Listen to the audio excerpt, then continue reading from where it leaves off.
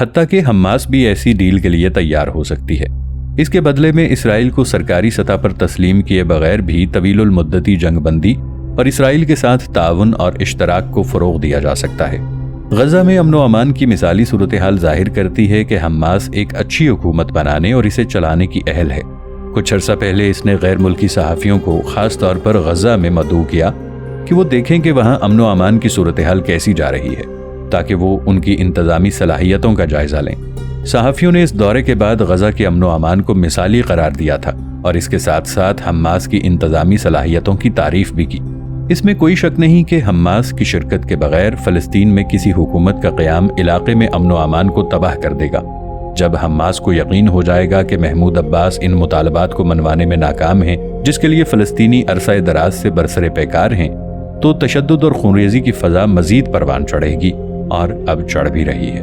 دوسرے الفاظ میں تمام سیاسی سرگرمی اور سیاسی مذاکرات کا نتیجہ کچھ بھی نہیں نکلے گا۔ سارے مذاکرات، فیصلے یا حل دھرے کے دھرے رہ جائیں گے۔ 26 جنوری 2006 کو فلسطین کے پارلیمانی انتخابات میں حماس کو بڑی کامیابی حاصل ہوئی۔ حماس وہ اسلامی مزاحمتی تحریک ہے جس کی بنیاد غزہ اور غرب اردن میں اسرائیلی قبضے کے خلاف 1987 میں رکھی گئی۔ اس تنظیم کے قیام کا بنیادی مقصد اسرائیلی فوج کو فلسطین کی سرزمین سے باہر کرنا اور اسلامی ریاست کا قیام ہے۔ اس مقصد کے لیے اس نے اسرائیلی فوج اور یہودی آبادکاروں پر حملے بھی کیے۔ غزہ سے اسرائیلی آبادکاروں اور فوجی دستوں کا انخلا اس پالیسی کی فتح تھی۔ دسمبر 2002 میں غزہ شہر میں حماس کے قیام کی 15ویں سالگرہ کے موقع پر منعقدہ ریلی میں 40,000 سے زائد افراد نے شرکت کی۔ 2004 میں تنظیم کے رہنما شیخ احمد یاسین اور ان کے جانشین عبدالعزیز کے قتل کے بعد ہزاروں افراد سڑکوں پر نکل آئے۔ حماس بنیادی طور پر 2 گروہوں میں تقسیم ہے۔ پہلا معاشرتی امور پر مامور ہے، جس میں سکولز، ہسپتال اور مذہبی اداروں کی تعمیر اور انتظام و انصرام سنبھالنا ہے۔ دوسرا عسکریت پسند گروہ امریکی پشت پناہی سے قیام امن کی کوششوں کے سلسلے میں ہونے والے اوسلو معاہدے کی مخالفت میں بھی حماس پیش تھی۔ اس معاہدے میں اسرائیلی ریاست کے تحفظ کی گارنٹی کے بعد اسرائیل کا مقبوضہ علاقوں سے انخلا کی شک تھی۔ حماس نے مہاجرین کے کیمپوں اور گاؤں میں کلینک اور سکول قائم کر رکھے ہیں۔ حماس نے اسرائیلی فوج کے انخلا کو انتخابی مہم کے دوران بنیادی نقطے کے طور پر استعمال کیا۔ حماس کا کہنا تھا کہ انتخابات سے ان کی تحریک کو قوت ملی اور انہیں فلسطینی عوام میں مقبولیت کا حقیقی ادراک ہوا، جس کی بنیاد یقیناً فلسطینی عوام کی وہ خواہشات اور مطالبات ہیں جو حماس کا ایجنڈا ہیں۔ غزہ میں حماس کی پوزیشن نہایت مضبوط ہے، جبکہ مغربی کنارے پر الفتح کا کنٹرول ہے۔ مغربی کنارے پر 20 لاکھ اور غزہ میں 14 لاکھ فلسطینی آباد ہیں۔ الفتح کا انحصار امریکہ، یورپ، جاپان اور سعودی عرب ہے، جبکہ حماس کو ایران، امریکہ، خلیج اور یورپ کی اسلامی تنظیمیں بھرپور مالی امداد دے رہی تھیں۔ یاسر عرفات کی الفتح اسرائیل کے ساتھ امن معاہدہ کر کے نوبل انعام بھی حاصل کر چکی تھی۔ حماس کو اسرائیل کے خلاف سخت موقف رکھنے کی وجہ سے ناپسند کیا جاتا تھا، مگر حماس کا یہی سخت موقف اور جارحانہ پالیسی عوام میں اس کی مقبولیت کا باعث ہے۔ اسی وجہ سے جنوری 2006 میں ہونے والے انتخابات میں حماس نے 132 میں سے 74 نشستیں حاصل کی۔ مگر جس طریقے سے حماس کی حکومت کو ختم کیا گیا، اس سے اس بات کا قوی امکان تھا کہ اگلے الیکشن میں حماس پہلے سے بھی زیادہ بھاری اکثریت میں کامیابی حاصل کرے گی۔ حماس ان 11,000 فلسطینیوں کی رہائی کے لیے بھی کوشاں تھی جو کہ اسرائیلی جیلوں میں بند تھے۔ حماس کے رہنماؤں کا کہنا تھا کہ ہمارا مقصد بہترین اصلاحات رائج کرنا، بدعنوانی کا خاتمہ اور اپنے لوگوں کو مالی اور اقتصادی طور پر خوشحال کرنا ہے۔ فلسطینیوں کے حقوق کا حصول اور اچھی حکومت کا قیام سر فہرست تھا، لیکن ہم اس کے لیے فلسطین کا سودہ کرنے کو بالکل تیار نہیں۔ ہم فلسطین کو 2 حصوں میں تقسیم کرنے کی مخالفت کرتے ہیں اور طویل المدتی امن سمجھوتے کے خواہاں ہیں، لیکن یہ سب اس وقت تک نہیں ہو سکتا جب تک بین الاقوامی برادری حماس سے مذاکرات نہیں کرتی۔ حماس کے رہنماؤں کے بیانات کو قطع نظر رکھ کر دیکھا جائے تو بھی علاقے میں کشیدگی کے خاتمے کے لیے اسرائیل سے مذاکرات سے پہلے ضروری ہے کہ الفتح اور حماس کے درمیان مذاکرات ہوں۔ جب دونوں فریقین کسی نتیجے پر پہنچ جائیں تو اسرائیلی حکومت سے معاملات طے کیے جائیں، لیکن یہ سب کچھ ہوتا اس لیے نظر نہیں آتا کہ الفتح کو یورپی طاقتوں کی سپورٹ اور اسرائیل کی تائید و حمایت حاصل ہے، جبکہ حماس کو مسلم دنیا کے ساتھ ساتھ فلسطینی عوام کی بھرپور سپورٹ ہے، کیونکہ وہ حماس کو اپنی امنگوں کا ترجمان سمجھتے ہیں۔ حقیقت تو یہ ہے کہ حماس کو صرف غزہ میں ہی نہیں بلکہ الفتح کے مغربی کنارے کے عوام میں بھی یکساں مقبولیت حاصل ہے۔ مذاکرات کے اس کھیل میں اگر حماس کو باہر رکھا گیا تو مشرق وسطیٰ کا مسئلہ کبھی بھی حل نہیں ہوگا، بلکہ فلسطین کے دو متحارب دھڑوں کے درمیان مخالفت شدت اختیار کر جائے گی، اور حماس کو مذاکرات یا گفت و شنید سے باہر رکھ کر امریکہ شاید یہی کروانا چاہتا ہے۔ ورنہ فلسطینی صورتحال کے تناظر میں حماس کے سیاسی اثرات اور عوامی کردار کو دیکھتے ہوئے کوئی بھی فریق اسے خاموش کردار سونپ کر خطے میں اسرائیل سے مصالحت اور مفاہمت کی راہ ہموار نہیں کر سکتا۔ حماس کو مذاکرات کی اس گیم سے باہر رکھنے سے مذاکرات کا رخ بدل جائے گا۔ عالمی طاقتوں کا بنا بنایا کھیل عبرتناک شکست سے دوچار ہوگا۔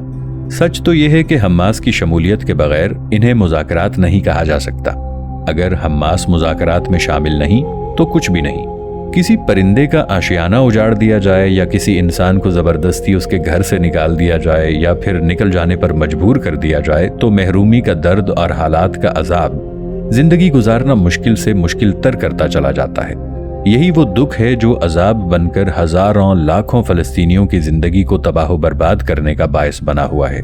فلسطینی مہاجرین صرف اپنے گھر سے بچھڑ جانے کا دکھ ہی برداشت نہیں کر رہے بلکہ اپنے وطن سے دوری بھی سہ رہے ہیں، اور یہ آج یا کل کی بات نہیں۔ مظلوم فلسطینی برسوں سے اپنے گھر اور اپنے وطن سے دوری کا کڑوا گھونٹ نکلنے پر مجبور ہیں۔ 1948 سے یہ بے گھر فلسطینی تقریباً پوری دنیا میں بکھرے ہوئے ہیں۔ اردن، لبنان، شام اور دیگر ممالک میں پناہ لینے والے یہ مہاجرین اپنے گھروں میں واپسی کا خواب اب تک دیکھ رہے ہیں۔ 1948 میں اسرائیلی ریاست کے قیام کے نتیجے میں اس وقت تقریباً 7.5 لاکھ مہاجرین مغربی کنارے، اردن، غزہ کی پٹی، مصر، لبنان اور شام کی طرف ہجرت کرنے پر مجبور ہو گئے تھے۔ 1947 میں اقوام متحدہ کی طرف سے فلسطین کی عرب اور یہودی علاقوں میں تقسیم نے یہودی فوجیوں کی فلسطین کے علاقوں میں دخل اندازی کو تقویت دی۔ حالات کے پیش نظر بہت سے فلسطینی گھر چھوڑنے پر مجبور ہو گئے۔ جنہوں نے گھر نہیں چھوڑا ان کو جبراً نکل جانے پر مجبور کر دیا گیا۔ 1968 کی عرب اسرائیل جنگ کے بعد مزید فلسطینیوں کو اپنے گھر چھوڑنے کا سانحہ برداشت کرنا پڑا۔ گھر سے محرومی اور اپنے وطن سے دوری کا یہ دوہرا عذاب جھیلنے کا دوسرا تجربہ تھا۔ یہودیوں کے مقبوضہ علاقے اور مظالم جوں جوں بڑھتے گئے، مزید فلسطینی بے گھر ہوتے رہے۔ غرب اردن اور غزہ سے 3 لاکھ فلسطینی پھر اپنے علاقوں سے اردن کی طرف کوچ کر گئے۔ 1948 میں اقوام متحدہ کی جنرل اسمبلی میں فلسطینی مہاجرین کی مدد کے لیے ایک قرارداد منظور کی گئی اور فلسطینی مہاجرین کی امداد کے لیے بین الاقوامی رضاکار تنظیموں کے ذریعے United nation relief for Palestine refugees یعنی UNPR کا قیام عمل میں لایا گیا۔ 11 نومبر 1948 کو اقوام متحدہ کی جنرل اسمبلی نے قرارداد 149/111 کے تحت اعلان کیا کہ فلسطینی مہاجرین اپنے گھروں میں واپسی کا حق رکھتے ہیں۔ جو فلسطینی اپنی مرضی سے نہ جانا چاہیں ان کو ان کی جائیداد کا معاوضہ ادا کیا جانا چاہیے۔ اس کا فیصلہ ان فلسطینیوں پر چھوڑ دیا گیا جو مختلف ممالک میں پناہ گزین کی حیثیت سے مقیم تھے۔ یہ قرارداد وطن واپسی، نوآبادکاری، اقتصادی اور معاشی بحالی کے اصولوں کے تحت منظور کی گئی۔ وقت کے ساتھ ساتھ جب ان قراردادوں کا کوئی نتیجہ نہ نکلا تو مہاجرین کی واپسی کی امیدوں پر آس پڑتی گئی۔ جنرل اسمبلی نے دسمبر 1949 میں مقامی حکومت کے اشتراک سے مہاجرین کی فلاح و بہبود کے لیے ایک ریلیف ایجنسی قائم کی، United Nations relief and work refugees. اس ایجنسی نے فلسطینی مہاجرین کی خوراک، رہائش اور لباس کی فراہمی میں کافی کام کیا۔ آج بھی فلسطینی مہاجرین کی بہت بڑی تعداد اپنے گھروں کو واپسی کی راہ تک رہی ہے۔ اقوام متحدہ بھی تسلیم کرتی ہے کہ یہ ایک بہت بڑا مسئلہ ہے جسے حل کیا جانا ضروری ہے۔ فلسطینیوں کی اپنے علاقوں میں واپسی اور نئی نسلوں کے اپنے وطن میں مستقبل گزارنے کا مطالبہ جائز اور اخلاقی بنیادوں پر ہے، اور یہ حق اقوام متحدہ میں منظور کی جانے والی 1 سے زائد قراردادوں کی بنیاد پر بھی ہے۔ ان قراردادوں میں 1948 میں منظور کی جانے والی قرارداد 194 خاص اہمیت کی حامل ہے۔ اس قرارداد کی منظوری ہی اس کی بنیاد پر تھی کہ ان تمام فلسطینیوں کو جو اپنے گھروں کو لوٹ کر اپنے ہمسایوں کے ساتھ امن سے رہنا چاہتے ہیں، پہلی فرصت میں واپس جانے کی اجازت ملنی چاہیے۔ فلسطینی مزاحمتی تحریک حماس کے رہنماؤں نے بارہا کہا کہ فلسطینیوں کے واپسی کے حق کی حفاظت خون سے کریں گے۔ اسرائیل نے ہماری زمین پر ناجائز قبضہ جما کر فلسطینیوں کو بے دخل ہونے پر مجبور کیا۔ حماس اپنے علاقے آزاد کروا کر فلسطینیوں کو وہاں آباد کرے گی۔ حماس کے انہی عزائم کے باعث اسے فلسطینی عوام میں بہت مقبولیت حاصل ہے۔ مشرق وسطیٰ میں امن کے لیے مذاکرات اس وقت تک کامیاب نہیں ہو سکتے جب تک اسرائیل مہاجرین کی واپسی کا حق تسلیم نہیں کر لیتا۔ مشرق وسطیٰ کے سب سے بڑے مسئلے کے حل میں ایک بڑی رکاوٹ یہی ہے کہ پناہ گزین فلسطینیوں کی واپسی ان علاقوں میں ہوگی یا نہیں جن کو ان کے اخلاء کے وقت فلسطین کا حصہ کہا جاتا تھا۔ مشرق وسطیٰ اور بہت سے دنیا کے دوسرے علاقوں میں 45 لاکھ سے زائد فلسطینی پناہ گزین ہیں۔ اپنے گھروں کو لوٹنے کا مطالبہ ان کا بنیادی حق ہے، لیکن اسرائیل ان پناہ گزینوں اور ان کی نسلوں کو واپسی کی اجازت دینے سے صاف انکاری ہے۔ اسرائیل کے رویے سے لاکھوں پناہ گزینوں کی واپسی خارج از امکان نظر آ رہی ہے۔ اسرائیلی حکومت اس بات سے اچھی طرح آگاہ ہے کہ ان پناہ گزینوں کو واپس فلسطین میں آنے کی اجازت دینے کا مطلب یہودیوں کے لیے زمین تنگ کر دینا ہے، کیونکہ اس سے یہودیوں کی اکثریت ختم ہو جائے گی اور اس سے اسرائیل کا مستقبل دنیا کی واحد یہودی ریاست کی حیثیت سے خطرے میں پڑ جائے گا۔ 2002 میں ہونے والی بیروت کانفرنس میں بھی اسرائیل نے مہاجرین کے مسئلے کو نکال کر بات چیت پر زور دیا تھا، جسے عرب دنیا نے مسترد کر دیا تھا۔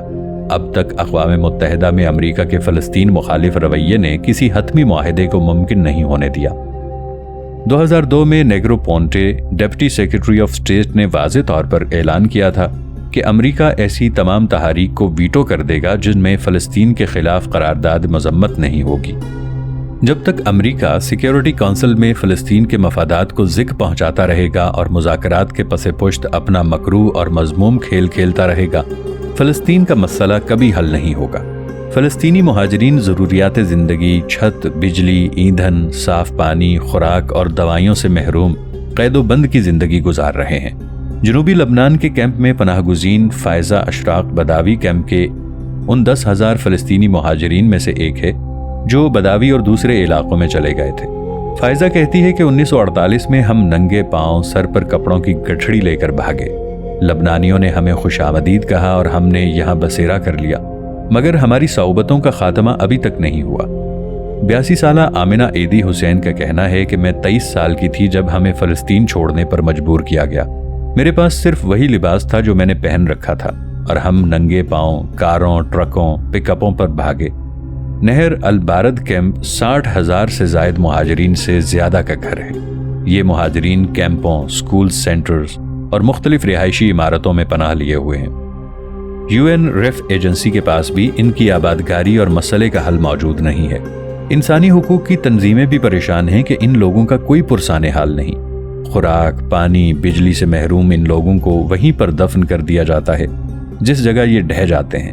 مہاجرین ہر لحظہ اس خوف میں مبتلا ہیں کہ ان کے کیمپوں کا کسی بھی وقت خاتمہ کیا جا سکتا ہے۔ رضاکاران مہاجرین کو مختلف سینٹرز پر منظم امداد دیتے ہیں۔ ریڈ کریسنٹ یعنی ہلال احمر کا ایک نمائندہ یوسف الاسد سربراہ ریڈ کریسنٹ جنوبی لبنان کے مہاجرین کے باہمی سلوک کی تعریف کرتا ہے، مگر وہ اس خدشے کا بھی اظہار کرتا ہے کہ مہاجرین کی اتنی بڑی تعداد کو کھپانا بہت مشکل ہے۔ اکثر یہاں شیل اور مارٹر بھی آ کر گرتے ہیں۔ اپنے وطن کو چھوڑ کر بھی ان فلسطینیوں کی جانیں محفوظ نہیں، وہ سلامتی کے خطرات سے دوچار ہیں۔ اسرائیل فلسطین کے مسئلے پر ہونے والے اب تک اور آئندہ مذاکرات میں بھی مہاجرین کی شق پر غور و فکر کرنے کے لیے بالکل بھی تیار نہیں ہے۔